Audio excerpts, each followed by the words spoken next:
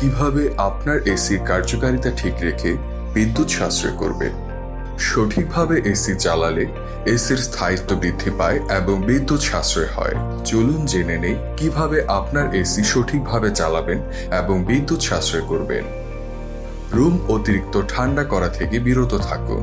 রুমকে অতিরিক্ত ঠান্ডা করবেন না, এটা আপনার স্বাস্থ্যের জন্য ক্ষতির কারণ হতে পারে। অ্যাশরে এর তথ্যানুযায়ী রুমের তাপমাত্রা সর্বদা 25 ডিগ্রি সেলসিয়াস সেট করুন, যা আপনার স্বাস্থ্যের জন্য ভালো। লোহার ও ভেন সঠিকভাবে সমন্বয় করুন। ঘরের ভেতর সুষমভাবে ঠান্ডা বা গরম বাতাস প্রবাহের জন্য ইনডোর ইউনিটের লোহার এবং ভেন সঠিকভাবে সমন্বয় করুন।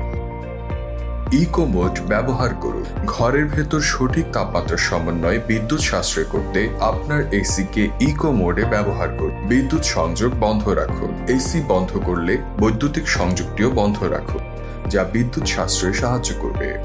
Walton air conditioner tips and tricks এর পরবর্তী পর্বে রয়েছে অটো ড্রাই ফাংশন কি এবং তা কিভাবে কাজ করে এই বিষয়ে বিস্তারিত টিপস।